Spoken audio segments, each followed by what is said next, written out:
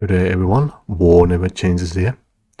This video will summarize and explain some aspects of the Warsaken strategic briefing, or better known Warsaken AMA, that was held on January 29, 2024.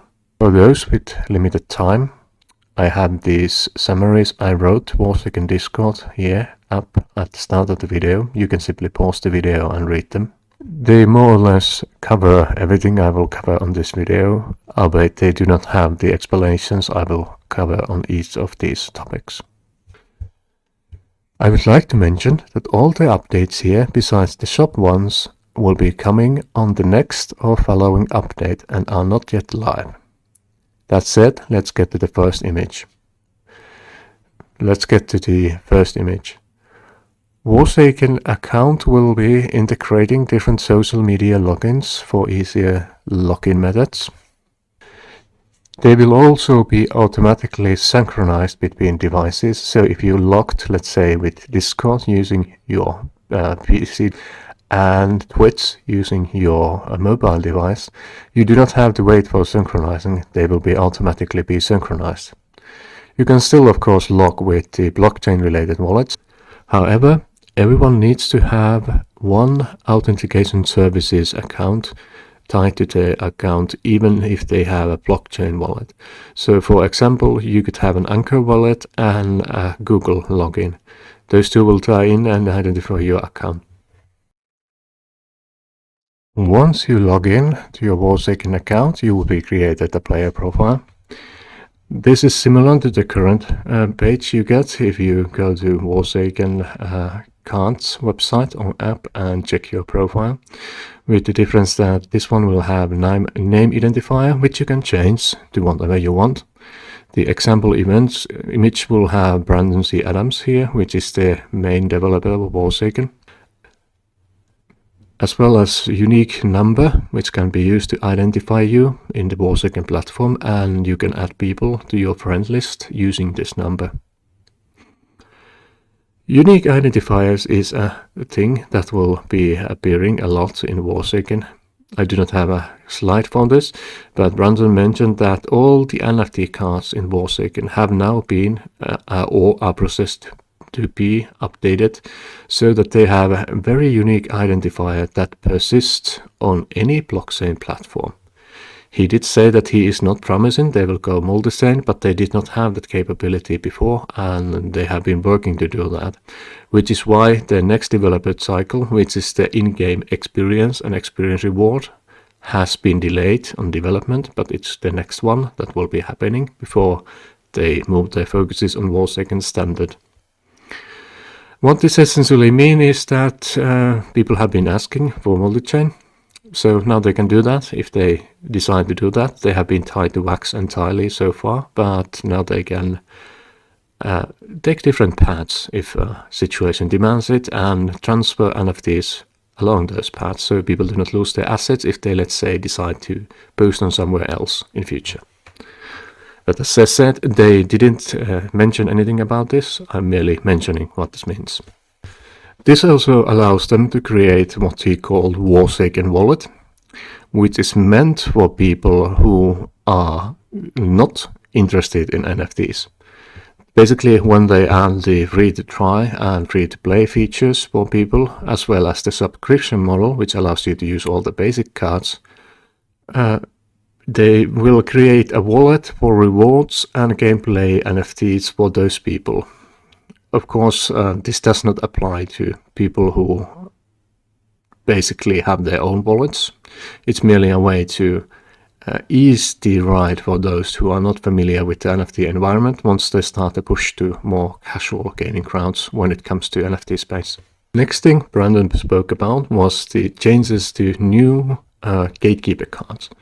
Gatekeeper cards are cards that you require to have the next reward tiers on the Warsaken staking list, which basically also incorporate in future the gameplay experience. The biggest change is, if you look at the screen, is that now you will require a different type of NFTs to every single tier of staking. Before you gained experience value, and once you hit a certain value, you would be required to get the gold leader, and after that you would need a blood foil leader or infinite blood foil leader. And on earlier version they all needed to be the same one. But the biggest change here is that now you no longer need to have a specific leader type to advance on this list. It can be any card as long as it fills the criteria. With the exception, of course, that the ranks that require premium cards, those premium cards can be the resource NFTs or the loot-related ones, let's say 50 loot cards or the foil spins. They have to be actual cards, so they can be based on the wording any foil primes or above cards.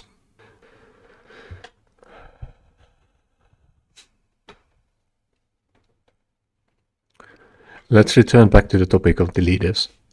As you see on this list, the Lieutenant Commander rank is the first one that requires a leader. It can be any hacked variation leader.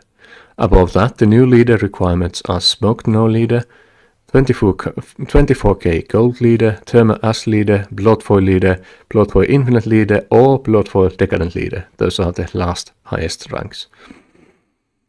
This leader can be any leader as long as it qualifies for the rarity.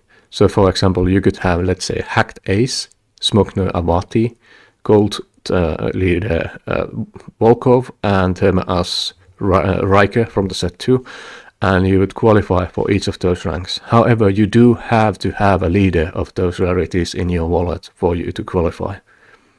It doesn't simply jump you to the highest tier of the staking. If you, let's say, draw a blood foil, you also need to have a leader of the earlier varieties. So think this like an experience chart when you are leveling character in a role-playing game. You have to meet the earlier requirement before you can hit the next level. And if you start from the bottom and just verify you have all the cards you need, it's a very simple list to understand. But it can be pretty confusing for people who are used to basically rely on the just having a certain amount of game experience and then needing just the same type of leader for gold, blood, foil, and so on. I personally think this is a simple version, but it will be a bit confusing for people who have been staking and holding rewards so far on Warsaken. And I also personally believe it's a bit demanding for the lower ranks. It's also worth noting that the subscription model lets people to climb all the way to Lieutenant Commander rank with the experience gains, which is the 5 million experience and hack leader requirement normally for any player. Getting above that, however, even if you do have a subscription, you can still go above as well, but you have to actually get a leader. This allows you to basically just try the game out with a fee, and then if you draw some packs and let's say get Smoke No, get one from the marketplace, you can just basically jump a few tiers on the list instead of just focusing on having certain set amount of cards. The next thing Brandon covered was the experience and loot spillover from holding staking hard. Essentially, I won't go into detail into this chart, it's really hard to read, but I will just explain the principle.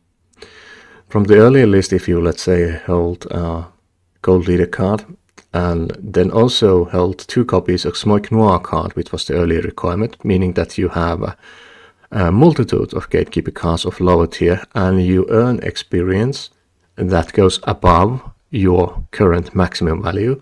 For gold leader, that would be 7 million mark, and for Smoke Noir, that's 6 million. So if you earn past that amount, you will start getting experience from the earlier ranks to a reduced percentage. And essentially, the more cards you have and what rank you start with, the more you can earn from the lower ranks in means of loot and experience rewards. I would like to mention as well that the owner and decadent cards as well as tenants do not change. Owners will still provide 100,000 loot, decadents will provide 1,000 loot, and tenants will provide 10,000 loot each day if you hold them. Next thing Brandon mentioned was the Warpath, which has a battle pass system, which is standard on games these days, unfortunately. Essentially, every season of war, which is 3 months, will have a different warpath leader. When you beat a warpath leader, you will get one variation of the warpath leader randomly, more about that later, and you can use it on gameplay. However, the warpath leaders are not tournament valid, so you cannot use them in tournament games, but you can use them on normal ladders. This is basically a simple tier list based system. Once you earn a certain experience milestone, you earn a right to fight a leader from the warpath list, and the first fight seems to be at 750,000 experience value earned in game or by, holding cards. And the highest one gives you a badge, and you also get extra boss fights. Brandon also mentioned you can return to fight boss over and over and over again, so apparently you can grind the bosses for. Interestingly, also if you have the battle pass rewards, you also get the bonus for experience earned in game. So the best value is, if you look at the list, you can see a total of 50% increase on the bonus experience value earned if you reach the certain level. I got the impression this applies to all the experience for that season of war, not just the boss fights. So this would be a really significant increase for your experience gain for the possible loot events you gain from every other aspect of the game. And then Brandon showed the list of the warpath bosses that will be covering the first year of Warsaken. This is some pretty cool art here, won't cover it more than that. These are the variations of the Warsaken Warlord cards.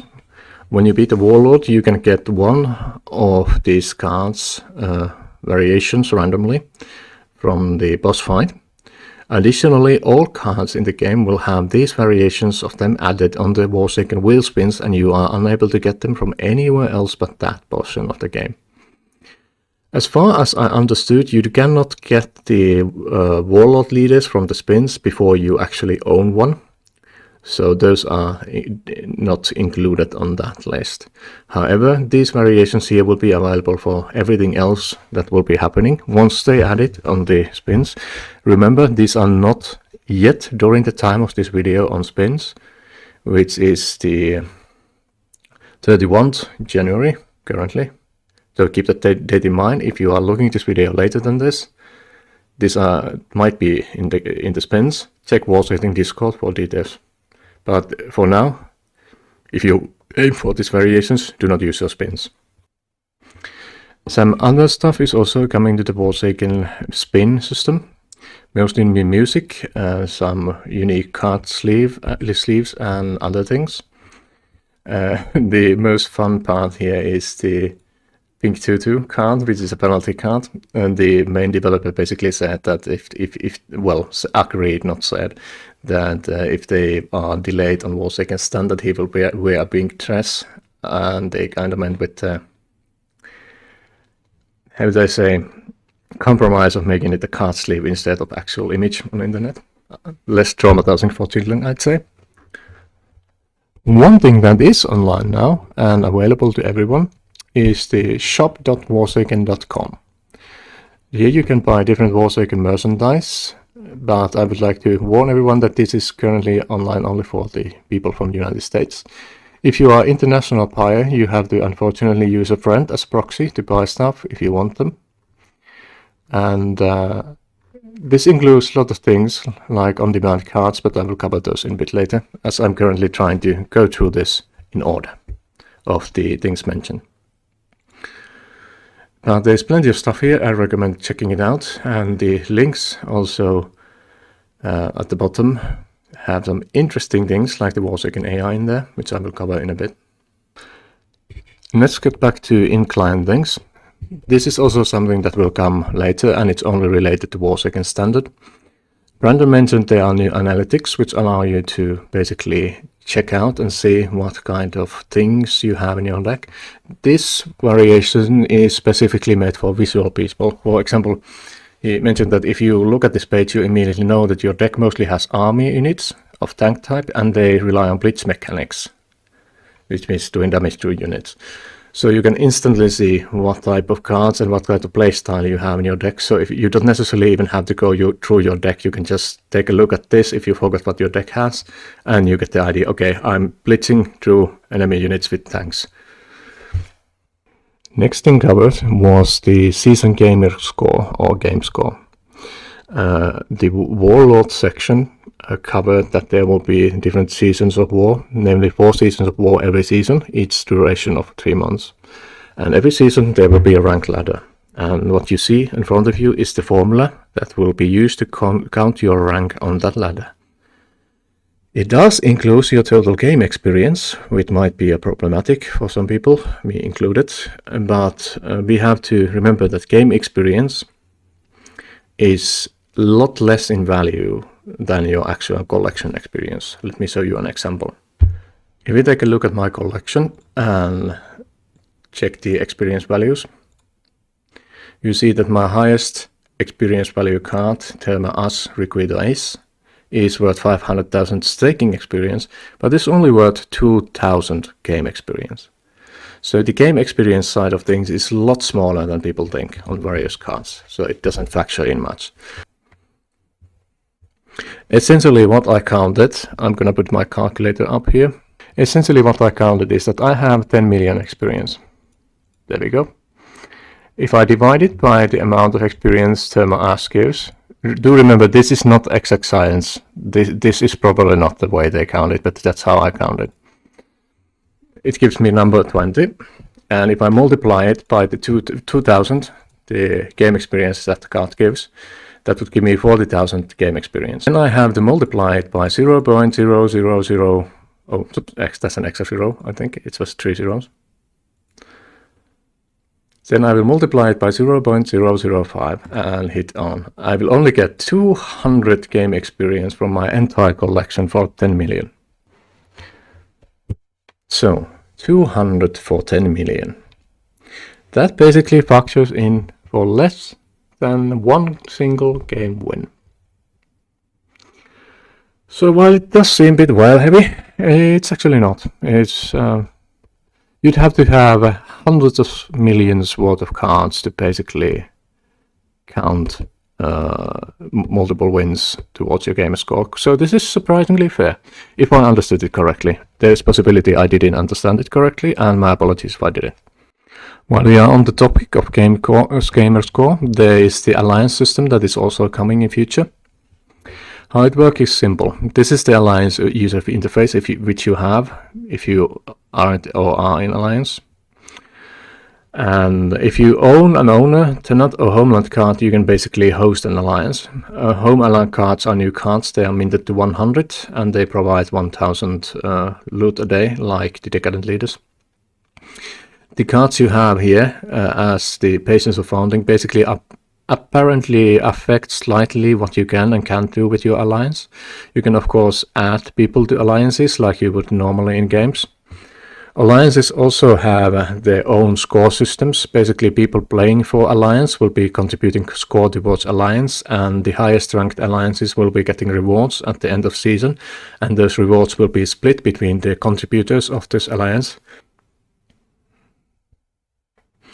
Additionally, there are some features that are unique to alliances as well. Alliance leader can put their decks for rent for alliance members. Basically this means that if they use the alliance leader's decks, if they are good ones and win, alliance leader gets a percentage of their wins. That apparently, I weren't 100% certain of this, but I think it can be adjusted because he says show the price of it, the rental, so probably they can be adjusted. So they can use them and they can earn potentially better rewards as they will have a usually higher variety cards, so they will get a more significant bonus per game wins. And I forgot to mention earlier about the Warsaken standard game. As it's a slower game, you will get 5 times more experience and rewards from standard than you would in Blitz, for example. So factor that in if you play in Alliance in future. Next up were the homeland cards. As I mentioned, these are minted to 100 each, and they are only obtainable by Warsaken spins. You cannot get them from anywhere else, and they are not on the spins yet, as I said. 31st January 2024. If you watch this later, check Warsaken Discord before you spend your spins, because these might or might not be there yet. This can be also used to found an alliance, and they factor into a more significant system that I will be showcasing next. Essentially, there is a crafting mechanic coming to Warsaken. As you know, there are these resource cards that you can get from packs. The resource cards will be used for crafting purposes. Remember, the Warsaken client itself will provide you some resources, so unless you want some flair to your resources, there is no real need to use those resources. So they now unveiled the system that those resources will be gaining some usability, if you are interested in this. Essentially, each card that produces loot a day, outside decadent ones, will be providing a certain type of resources. The resource types are as follows: full arts from packs. Homeland cards will produce homeland resources, those are the blue and purple ones. Tenant ones will provide those grey resources, and owner ones will provide those golden owner resources. They can only provide a resource once every 72 hours, so the more you have, the better you have. Once you have 5 of each different type, notice the each part here, you can basically burn those to mint yourself 200,000 loot if you want to, from the owner tier resources. So it's a bit of a grind to get up there unless you have owner cards. It's also worth mentioning that each territory will basically provide the resource type they are producing. So the scrapyard, as an example, will produce equipment resources. Mount Palm's orchards would produce food and so on. And then something like Brandon mentioned biofuel resource farms would produce either fuel or food, because it's one of those ore type of resources. So you get to choose which one you produce with those. And for those higher tiers, if you want to loot, personally, I will just want to get those golden bling owner resource cards to usable for game. I'm probably never gonna burn them. Let's get to store portion for a moment. As I mentioned earlier, some stuff are being added to spins, and they will add, again, remember the date, these might not be in there yet. They are also adding some merchandise discount coupons as well as freebies on the spins with very low chance to get them. As Brandon said, this is the thing that combines, completes the loyalty token loop. You earn loot, you get spins, you can get free from Merc. So this is one way to transition loot into real life items, which is a pretty neat system. Additional part for the store system is on-demand cards that will be added to the client. How the game works currently is that if you want a certain card and you cannot get it, you either have to buy bazillion packs and hope you get lucky, or you will go to Atomic Hub and buy it from another player.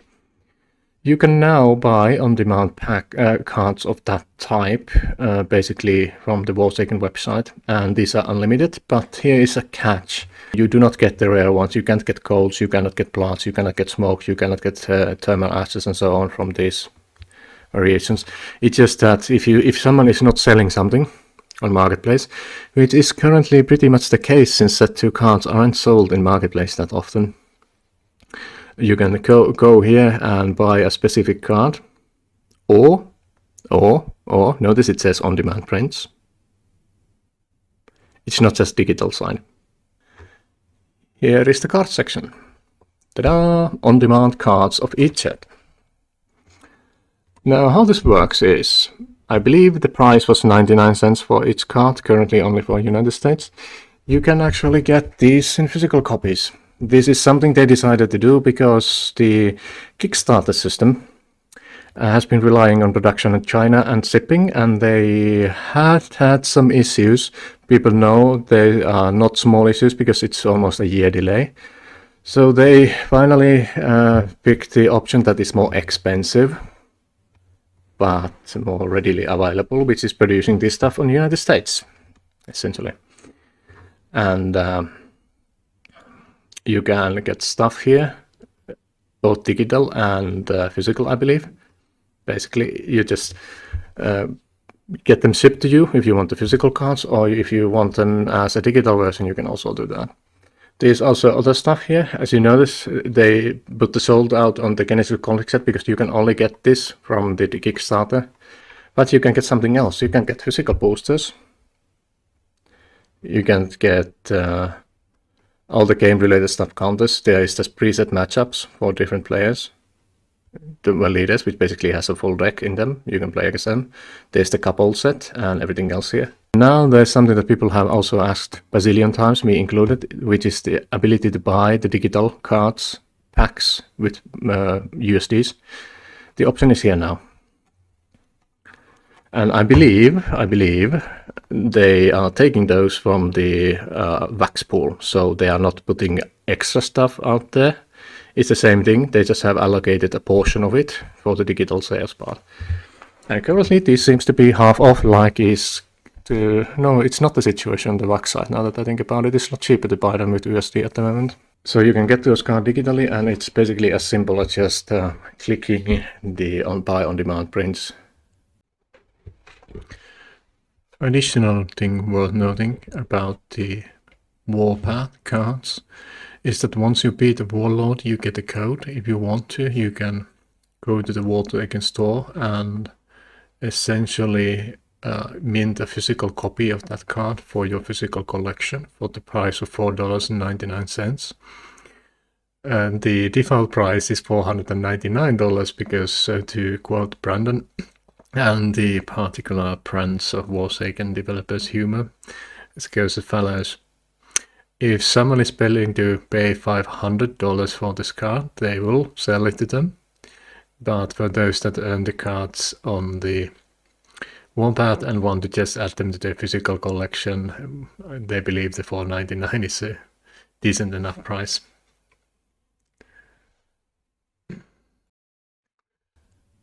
Additionally, two things are worth noting. First one is that there are some murdered out codes which they promise to give people who buy stuff. Namely, you get one murdered out code for every $150 max you buy. Seems much, but if you buy clothes, you can pretty easily meet this match and get your digital codes. Another thing is that there is now Warsaken brand affiliate program. And how this works is essentially streamers, YouTubers, can get an affiliate from the Warsaken.com enlist section, which is mentioned here, and get an affiliate code. Then they sign up, and if they are approved, they are able to create these 30-day affiliate codes that only persist for 30 days, by the way. Remember that? That's why it says cookie days 30. And people are able to buy stuff using that segment, and they get 7% commission from those buys. I potentially might have a link as well on the bottom. I'm not 100% certain if I will get one, but we'll see. So here's something if you want to promote the game and earn some stuff while you do it, that's the way to go. Now let's get back to shop fast, as we are covering the affiliate stuff. Another interesting aspect of the shop is that there is a funny little link on the bottom that's called Warsaken AI. If you basically have an account for ChatGPT Plus, you can see this page, which is the Warsaken AI, and you can ask questions with this AI and get answers for gameplay mechanics and stuff like that. And I can personally say this is really accurate. We tested this. Brandon asked game testers. I'm one of the community game testers. I'm not affiliated with the team, by the way. I merely test stuff they pre-release if they choose to show that to us. Among with about a dozen other people, and those are mostly game mechanic related things. So he asked us game mechanic related questions, and we decided to put some really rough ones there that even in our test group only a few people know answers for, and the bot more or less got almost all of them correctly. So this is a really well educated AI, and you can more or less trust what explanations it gives to you. It does require the ChatGPT Plus account, unfortunately, though. There was also some odd spoilers on the next major set with this mini set that is set 3 basically. The set that comes before that, that is exclusive to Kickstarter backers for the rarer cards, but you can get the common varieties from the store. This one will be after that, which is the set 3. And there's a storyline developments here. For example, Ziana here is a lot more powerful now in the Warsaken lore. There will be storylines written by Coleman about this, I believe, so you can check the Warsaken lore page for information about that. Then here is the bad part of things. They said 2 things that are unfortunate. First is that the Kickstarter codes they sent to China were basically destroyed for some shipping accident. He said water was involved, so apparently they got wet during the shipping. Some mislabeling at one point or something. So they had to invalidate the codes. So since they have no way to know which codes are valid and which codes are not. So they made so they created new codes and sent them. So there's a slight delay there. Again, I would like to remind you that this Kickstarter's box will never be on sale as far as the developers said on the Warsaken store. So even though they have put the other cards on sale on the website, even physical copies, this box is not available from the store. So even though it's been a year, it seems like they're screwing around. They are really not. They are really frustrated about that as well. I know, I've asked. And they intend to keep the stuff that's here basically limited to those who support it. And as said, only the rarest cards can be gained from the Kickstarter stuff. You cannot buy them online. Also, unless the Kickstarter players basically put some set hero stuff they get from the game codes into Atomic Hub or something. Unless they release a booster, some form, for the basic versions of the card with the 4 wax, I'm not certain. I have personally suggested they do that, but I don't know if they will do that. The second bad part is that since they focused on the cross-chain functionality updates on their system, the Warsaken standard is delayed again.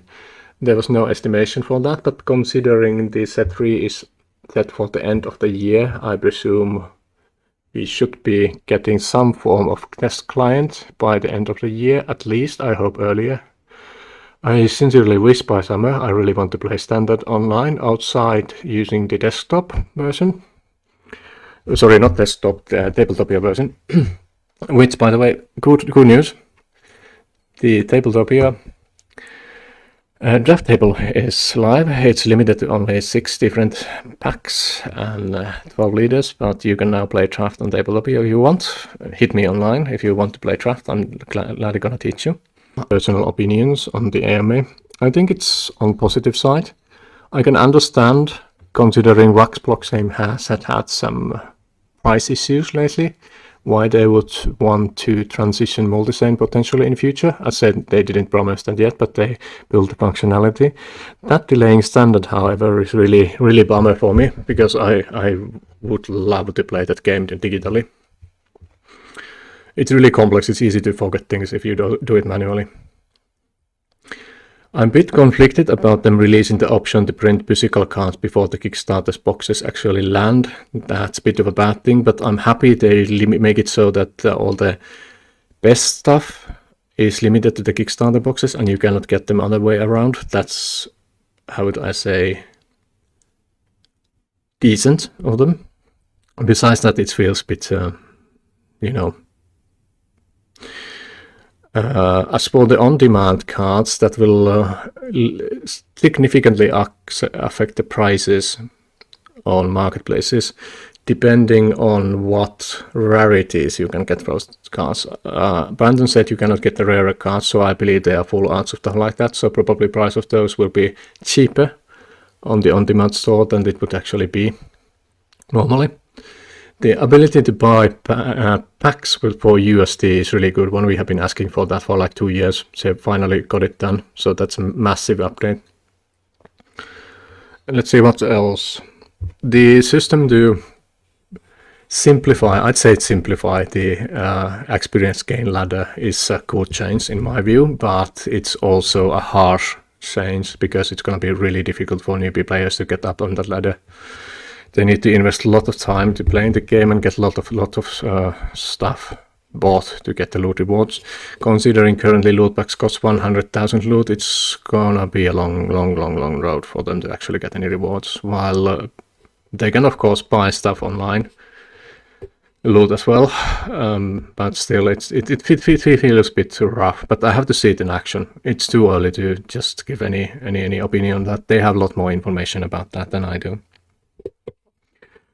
As for the spins, having unique rewards like the merc stuff as well as the spins only rarities, that's a really good thing. I personally recommended spins to be different from the normal rewards because they are different aspect, and you want to make spins if you have a unique spin stuff. So that's a good thing to have in game. Besides that, I'm a bit bummed I cannot buy any mercs from across the sea. I would have loved to have some of the game mats and the game sets. Can't afford them, unfortunately. But still, limited to USA for now. I understand why. The legalities of that are difficult, and if you ship, for example, to EU, the taxes are ridiculous here on customs. Anyways, that was the summary of the AMA. I will post the link to the original AMA on the bottom, which is over 3 hours long. And I will also post the other links I mentioned, like the Warsaken store and affiliate program on the bottom as well. Anyways, thanks for listening, and as always, stay safe.